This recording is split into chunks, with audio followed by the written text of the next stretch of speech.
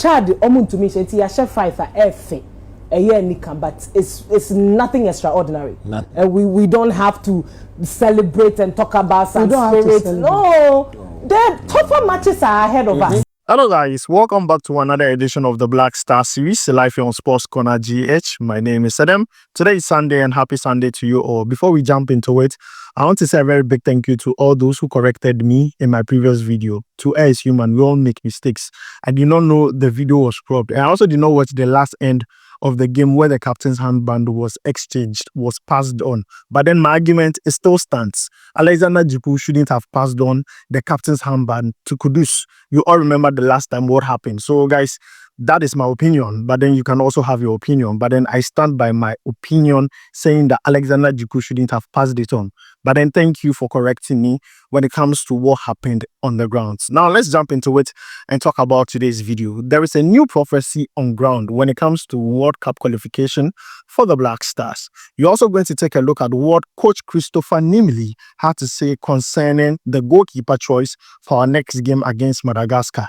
And lastly, I'm going to show a video from UTV, United Showbiz, where they talk about the Black Stars. In fact, there was a line I picked up.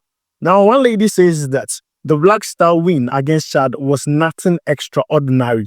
We are going to take a look at that video amongst many others. But before we jump into it, don't forget to like, subscribe, and also turn on notification quickly.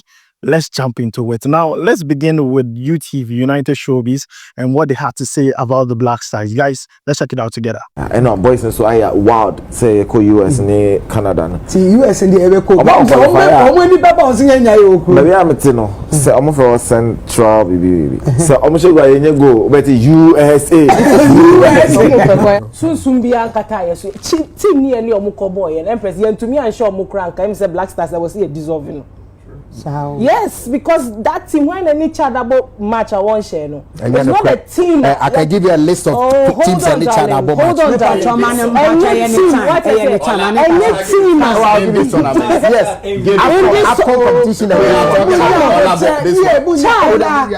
Yes. Chad in team. And come to me share back crank I'm telling you, say Chad to me share and Black Stars. Adichia yen dissolve Black Stars. Now you say you Black Queens never invest in one and now other sports are fine. Chad omuntu me shenti ya chef five efe but it's nothing extraordinary.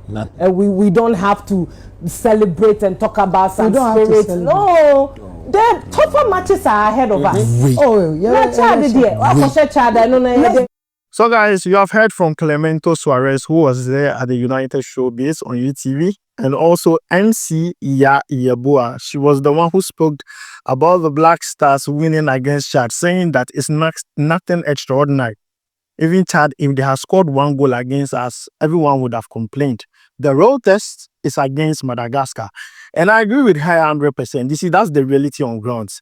But then I know most of us believe that the Black Stars have not won a game for a very long time. So winning that game was a confidence booster for them. 5-0 without a response was very good for them. But then as the president said, don't be complacent. And this is what the lady is trying to say.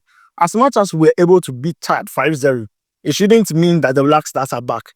There are still problems with this Black Stars team. The only time we'll see that they are back is when they win against Madagascar, when they start winning their games back to back. So consistency when it comes to their performance. But guys, you have heard from MC Ayew, and she has been very brutal, very fair with the Black Stars. I mean, I like the fact that a lot of people are happy with the 3 points and everything. But then this is the reality on the ground. This is my opinion. That's her opinion. Let me hear from you down below in the comments. And also let me know what you think about Clemento Suarez making a fun of the whole issue. Now, let's move away from that and talk about Coach Christopher Nimley and what he had to say about the goalkeeper choice for our next game. Now, on the Malang Goal Post podcast on YouTube, this is what he said. He says that after the game against Chad, I was asked by someone whether Benjamin Ashari should start against Madagascar.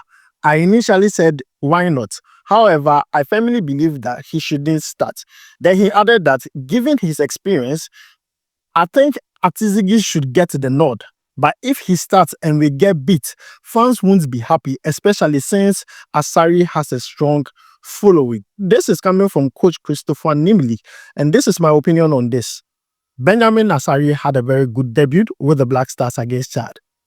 Madagascar is a very tricky customer. You don't want to go there with a goalkeeper who has no experience. We need to put Zigi in there. I mean, I know people who would advocate that Benjamin Asare should still be the goalkeeper, but I beg to differ. And once again, this is my opinion. I believe Zigi should be in goal post against Madagascar, because Madagascar, they also have hope that when they win the game, they go on top of the group. Ghana do not want to cheat, because with Benjamin Asare, if he does a mistake, can he handle what Ghanaians will tell you? Can he? Zigi has seen it. He has experience in this. And I believe Zigi, as an experienced goalkeeper, knows how to handle situations like this. So for me, I go with what Christopher Nimley is saying here, because I believe that Benjamin Asare should keep his good, slate like this, so that when we go next time, he can be called upon. Because when you go into this game and do a mistake, Ghanaians are so quick to write you off. So Benjamin Asare, I think he needs to take a back seat and allow Lawrence Zigi be the first choice goalkeeper in this game. But then, no matter what we say, the ultimate choice lies in the hands of the coach. So let's see what the coach will do on Monday. But then, guys, this is what is coming from Coach Christopher Nimley. Lastly, let's talk about what the prophecy is all about. Yes, the prophecy concerning the Black Stars qualification to the World Cup. Guys, let's check this out. Whether we would excel there or not. But if we follow all spiritual instructions, Ghana can really do well at the World Cup this time around. There is a clause. There are things that we have to follow one at a time. If we follow all that, Ghana will do well at the World Cup. Are you saying that? Because I'm seeing far. Watch it. So, all right, let Andre come back. Watch it. He will not play every match. He would only come on for a few minutes, 5 minutes, 10 minutes, and then come and take the captain's handband. Just like when they score like 4 and it was maybe 80 minutes, 85 minutes, let him come and just, sometimes if you feel the match is not an intense match because of his age, let him just come and do something. All right. Now, there is a covering that spiritually, in the realm of the spirit, he has to bring on the Black Stars as a sign and a form of honor. All right. So bring him on board. And then after you bring him on board, I saw the World Cup realm open for Ghana. So guys, you have heard from the man of God, the prophet himself. He has already spoken about the Black Stars. I don't want to talk too much. I don't know matters that concerns the spirit. What I'm going to say is whether we have to do whatever we have to do, it doesn't matter what it is. We should just qualify. From the prophet, he says that Andre Ayew should come back. I mean, you have all heard his reasons.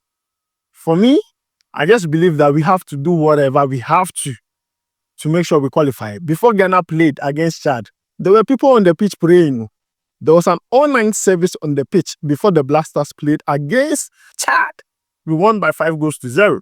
So as for now, you can't sit here and say what someone is saying is wrong or is right, whatever it is. But whatever it is going to help Ghana qualify to the World Cup, we need to pay heed to. Now, this is a last update. It has to do with Sudan. You see, what Sudan is doing, it's mind-boggling. Sudan played against Senegal and the scoreline was 0-0. Currently, Sudan sits top of that table. Guys, see, let's not joke. Sudan are doing a very great job. I'm not going to lie to you. Sudan has 11 points. That group, DR Congo has 10 points. Senegal has 9 points. If, let's say, we finish playing the qualifiers today, Sudan is going to the World Cup. And guess who is Sudan's coach? Coach James Kwesi Appiah, former Black Star coach. Seriously, Ignatius, goalkeeper's trainer, assistant coach, sorry. He's also there. In fact, their whole technical team is made up of Ghanaian coaches. And this is a proud moment for us Ghanaians, that we have personnel from here making sure another country is getting there. Ghana, we are already where we are, and I believe we can get there. But then what Coach Kwesi Appiah is doing is marvelous. Sending Sudan to the AFCON, they beat Ghana to get there. And what they are doing in the World Cup qualifiers, so far they have considered only one goal. That's crazy, bro.